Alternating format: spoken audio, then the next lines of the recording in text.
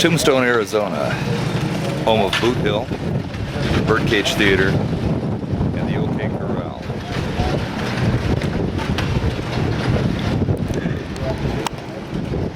This town remains rustic, trying to keep alive the spirit of its past, to capitalize on it, kind of a tourist trap.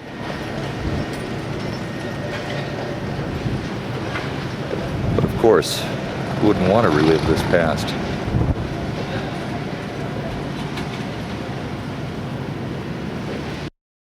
It is impossible to tell the story of Tombstone without telling the story of Ed Shefflin, a 30-year-old prospector working as an Indian scout out of nearby Camp Huachuca, located 19 miles to the west.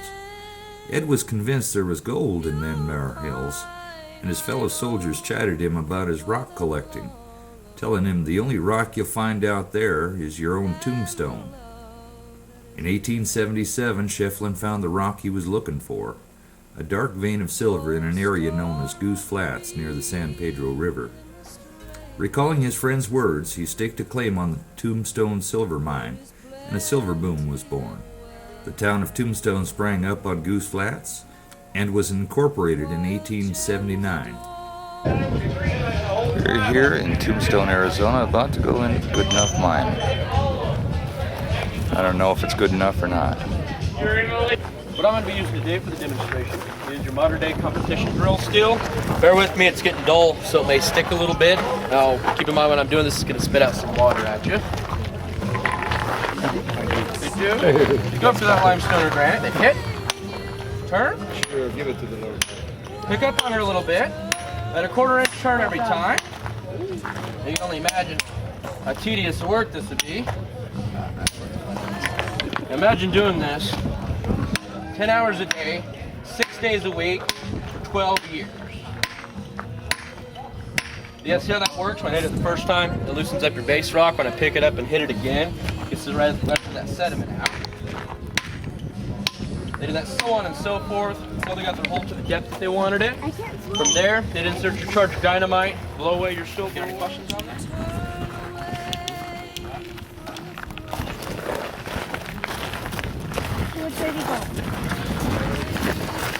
Coming down this hill here, straight ahead, you can see the tough dump mine from a different angle. All we have to do is put an awning over that. It should be good, ready to go. One company took over, Tombstone Consolidated Mines Company. We had a mining engineer from Nevada come down just to make sure that everything was structurally sound. The only thing he found was eroded rock at the entrance of the mine. It was eroded just from the heavy monsoon seasons out here, heavy rain, heavy wind, etc., etc. So what we did, we installed these modern day rock bolts. They're split bolts into the limestone. Okay. Work off of compression. Basically, you drill your hole about yay big. That way the tip only fits in. Pound them in the rest of the way so they compress, so they can't slide back out. Folks see that? Lay it on the end of them, that's what holds the chain link down. Other than that, limestone and granite in this particular area goes down about 3,800 feet. So these mines are extremely secure. We're just going to tell that right there, that's where that first outcropping was taken out. That's where we were talking up top. You can see the main vein. Follow down into the mine right in here. No more ore left, of course, it's all been taken out. You can definitely see where it's been blasted away. Now, before we go down, there are some safety rules I'm required to go over with you guys, so just bear with me. One, rocks that are painted red on top of them, like the one down there that says low, that means duck. Alrighty? Later on in the tour, we also have dry laid rock and timber down there. It's about 130 years old, in good condition. We'd like to keep it that way. Therefore, we just ask that you folks don't touch. Alright? Other than that, we're going to have a great tour. There are 60 steps. Take your time. Kate, I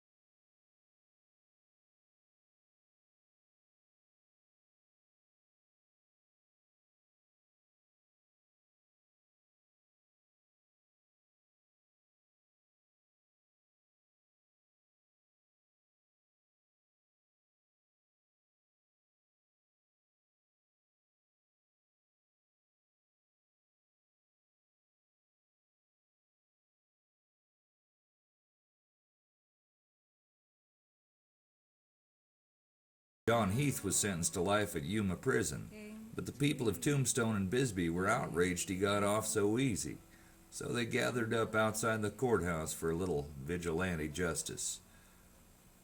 They overpowered the jailer and grabbed John Heath, took him down the street and hanged him from the telegraph pole on February 22nd of 1884.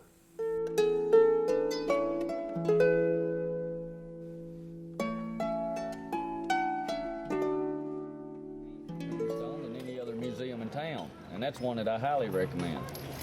But now over here to my right hand side, right there where that guy's leaned up against the post, well, that's the Shady Lady's Closet. Now right next door to that lot there was the location of the Cosmopolitan Hotel. Now that's where the Earps and Doc Holliday were placed under house arrest while they investigated the gunfight at the OK Corral. Now they was eventually found not guilty and set free.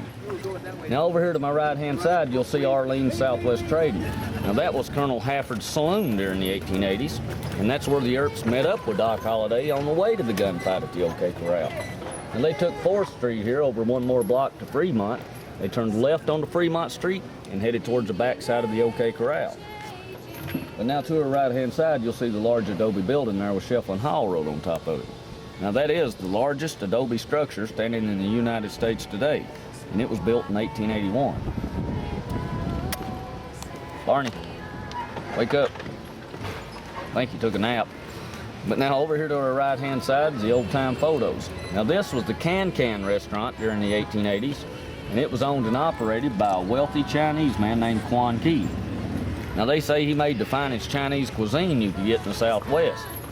Now he was a very popular man here in Tombstone, and when he died, over 3,000 people attended his funeral. It was the largest funeral in the history of Tombstone. The gunfight at the OK Corral. Where does the story truly begin? Does it begin with the Earps in Illinois and all their moving around throughout the Midwest to California and back? Does it begin with the young Wyatt taking his father's job as constable in Iowa? Does it begin with meeting Doc Holliday in Texas or working with Bat Masterson in Dodge City, Kansas? Or does it begin with the Earps' feud with the Clantons and McLowrys? Where it begins and where it ends is hard to say, but the gunfight at the OK Corral became an iconic part of our collective memories of the American Wild West. This much is certain. On October 28, 1880, Curly Bill Brocious was whooping and hollering and shooting at the moon in front of the Birdcage Theater when Tombstone Town Marshal Fred White tried to disarm him. Brocious shot White in the stomach. Wyatt Earp, then a county deputy sheriff, hit Brocious over the head with a pistol and disarmed him, arresting him for assault with a deadly weapon. He took him to Tucson to avoid a lynching, and Brocious was thankful until White died 2 days later and the charge was elevated to murder. Wyatt's testimony that the shooting was not intentional led to a ruling that the shooting was accidental, and Brocious was released. Brocious, however, was employed by the Clantons, and his animosity for the Earps was fierce. In February 1881, shortly before Wyatt Earp was agreed to take the position of undersheriff for Sheriff Johnny Behan, he and Doc Holliday confronted Ike and Billy Clanton when Wyatt learned that a horse stolen from him a year before was in Clanton's possession. On the way, they met Sheriff Behan, and though Billy Clanton gave up the horse, Sheriff Behan appointed another man to the position. In September of 1881, Wyatt was part of a posse to track down the bandits responsible for a robbery of a stagecoach in Bisbee. Wyatt was responsible for bringing Pete Spence and Frank Stillwell to justice, based on Spence's boot prints. Spence was a friend of the McLowrys, and Frank McLowry told Morgan Earp that they would kill the Earps if they tried to arrest Spence, Stillwell, or the McLowrys again. Marshal Virgil Earp heard the Clantons and McLowrys were armed and in town on October 26, 1881.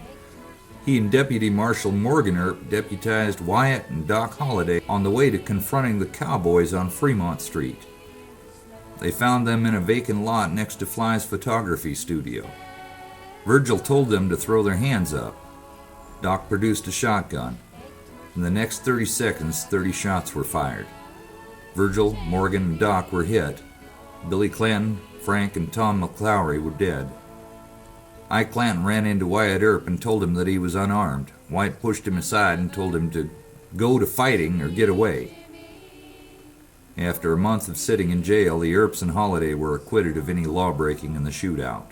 Virgil Earp was shot and wounded on December 28, 1881.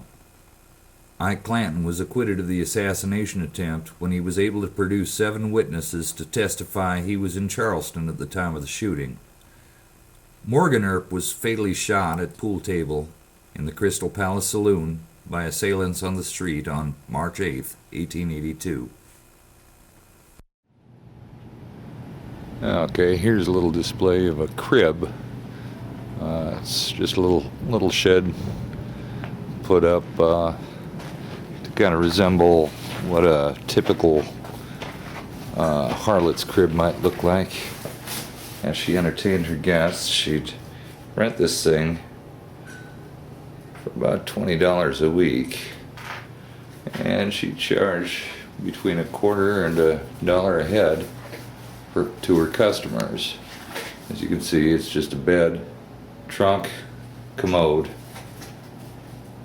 and little wash area there.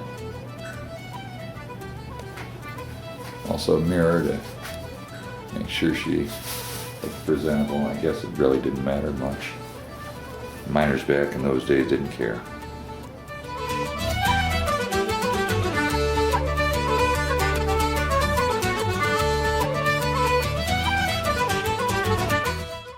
The Birdcage Theater. Theater, brothel, gambling house, and saloon. This building has seen much history and is allegedly one of the most haunted buildings in the Old West. The Birdcage boasts a poker game that lasted for 8 years and 4 months. There is also an original hearse for carrying people too ill for medicine out to Boot Hill, as well as a viewing coffin for those too poor to buy one. The corpse was transferred after the memorial to a plain pine box. Also note the small coffin for small corpses. The booths around the top were used for gentlemen and their hired girlfriends for an evening's entertainment. These 2 organs both have cards attached, proclaiming them to be the first organ in the First Presbyterian Church. So, is Tombstone a relic or a museum? An ideal or a memory? One thing is for certain, Tombstone is worth a visit.